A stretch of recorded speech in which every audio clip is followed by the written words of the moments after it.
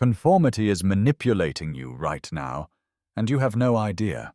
It's not a person, at least not directly. It's not an invisible hand theatrically pulling the strings. It's something much subtler, more sinister. It's in the social media feeds you scroll through every day, in the subtle judgments you feel when making unconventional choices, in the common behaviors you accept without thinking. You don't see it, but you feel it. A sensation that something is wrong even if you can't explain what. Like your deepest desires aren't completely your own. That is social conformity, not the exaggerated spectacle they show you in the movies, not the obvious peer pressure from high school. It's the promotion you chase that leaves you empty. It's the status symbols you accumulate that fail to bring fulfillment. It's the social scripts you follow that slowly extinguish your authenticity. And the most unsettling part is this. You accept it because it's normalized, that you no longer see it as imprisonment, but as responsible adulthood. Diogenes understood this 2,400 years ago.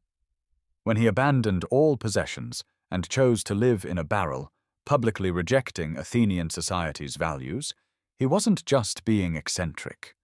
He was exposing a fundamental truth that still haunts us today. He knew something most of us are afraid to admit, that we've surrendered our essential nature to artificial social conventions, that we've traded authenticity for acceptance. The ancient philosopher wasn't just a cynical hermit living on the fringes. He was conducting a radical experiment in human freedom, one that modern psychology has validated time and again, because Diogenes understood that social authorities don't need to openly threaten you to control you. They just need to make you fear exclusion more than you value your authentic self. And psychologist Erich Fromm knew this. He understood that social conditioning has the power to make us trade freedom for security. That small moments of conformity can accumulate into a complete surrender of the self. That corporations, governments, and social institutions don't need to use physical force to shape your behavior. They just need to control what's considered normal. This video is a break, a cut, a conscious scar in the invisible structure that has kept you compliant. Today we're going to tear that veil. We're going to look directly at the hidden mechanisms. And we won't do it with self-help platitudes or consumer solutions. We're going to do it from philosophical radicalism, from where true freedom is born. Social conditioning through artificial needs. Today you're going to understand how your authentic self was compromised, how they took your natural desires, your innate curiosity, and used them against you. And most importantly, you're going to learn to detect the 5 social structures that are real cages disguised as opportunities. Have you ever wondered why you felt anxious after seeing someone else's success? Why you continue pursuing career advancement even when it makes you miserable? Why you felt like an imposter even when you knew you were competent? It wasn't by chance. It was social conditioning. It was normative control. It was psychological imprisonment. Diogenes explained it with brutal clarity. Society is a collective hallucination that prioritizes artificial values over natural ones. And here's the disturbing part. They don't only do it consciously. Some do, of course, but others are simply repeating a pattern. One they learned in childhood, one they used to gain acceptance. But now they use it on you. That doesn't make them innocent, but it makes them dangerous because they're unaware captives spreading the very same prison they inhabit. Now listen carefully. If you've ever thought, maybe I'm just not ambitious enough, there's a high chance you're experiencing value colonization. Because the system doesn't seek your fulfillment. It seeks your productive compliance. It doesn't want you to find contentment. It wants you to chase validation endlessly. And if they feel they're losing control, they react with subtle shame, with social exclusion, with phrases like, "You're just not living up to your potential," or "Don't you want to be successful?" And here comes another level of the game. When you decide to step away from conventional paths, the recapture strategy begins. They show temporary understanding. They tell you they respect your choices while subtly undermining them. They promise that just a little more conformity will bring the freedom you seek. And you, hungry for belonging, fall. Because what you don't understand at that moment is that this is not well-intentioned concern. It's socially enforced recalibration. And here is where the real work begins. Not only recognizing external pressure, but dismantling internalized judgments. Because maybe now they don't openly criticize your choices anymore. Maybe now you're the one doing it to yourself. I should be further along by now. Normal people don't struggle with these basics. Everyone else seems to manage this effortlessly. That's the echo of social conditioning. That's what remains when external pressure is gone, but the damage stays. And here's the most brutal thing you'll hear today. If you don't reclaim your authentic values, you will end up enforcing these same artificial standards on others. Because what isn't healed gets transmitted. And if you were conditioned but don't do the work to break that pattern, there's a big chance you'll end up becoming the enforcer. Even if you don't notice it, even if you think you're just being helpful or realistic. That's why this video is not just a denunciation. It's a warning, a mirror, an alarm ringing in the middle of the night. Because now that you know all this, you can't go back to being blind. You can't keep calling freedom what is comfortable enslavement. You can't keep justifying your compliance, because if you do, you'll be perpetuating the cycle. You'll be part of the problem, and you're not here for that. You're here to wake up, to break the chain, to clear your mind and reclaim something that belongs to you. Your autonomy, your authentic desires, your natural joy, your unfiltered self-expression. And that, my friend, starts with one thing. Stop measuring your worth by social metrics. Because when you chase external validation, you surrender the compass that could actually guide you toward fulfillment. And when you finally prioritize internal alignment over external validation, something extraordinary happens. You rediscover spontaneity. It's no longer performative living. It becomes authentic presence, the falling away of masks, the place where genuine human connection begins. But transformation isn't going back to who you were before.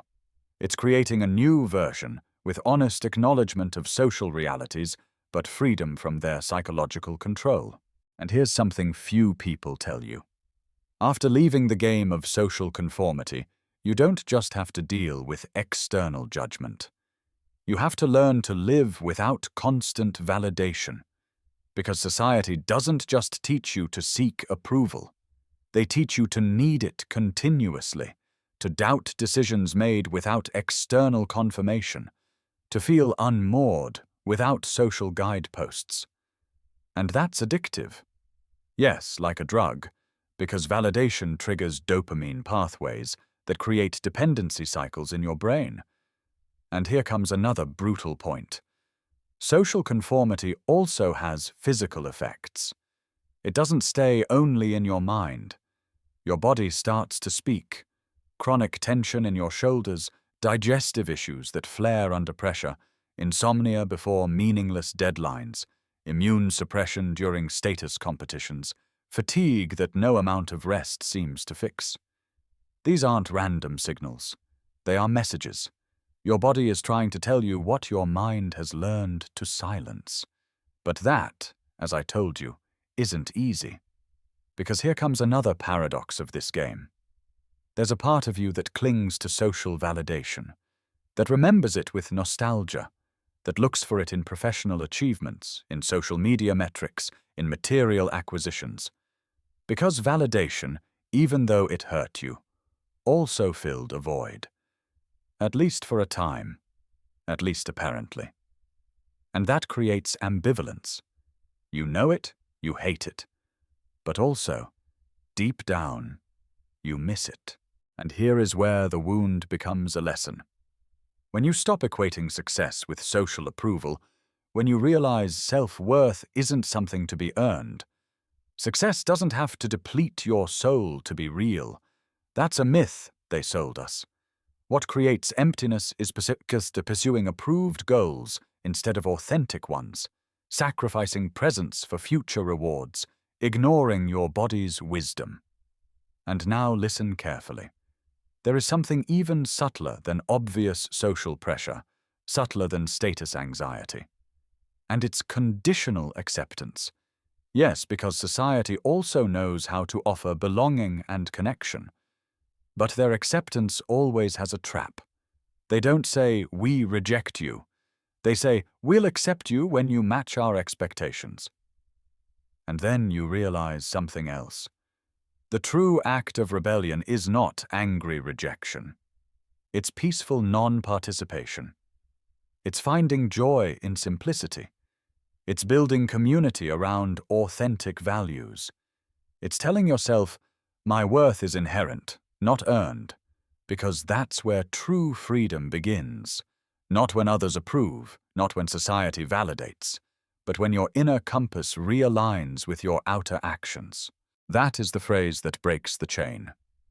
And beware, don't confuse this with selfishness. It's not callous indifference. It's principled autonomy.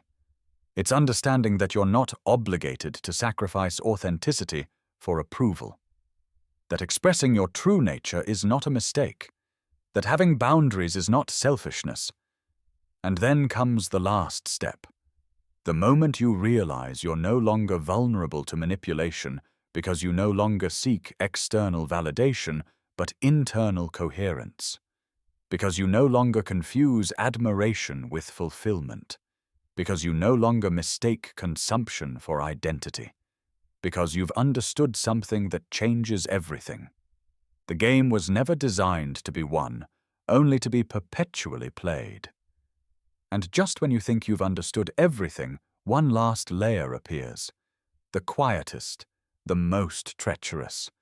And it's not in obvious materialism, not even in status competition. It's in cultural narratives, in the collective mythology that normalizes perpetual dissatisfaction disguised as ambition. Have you noticed?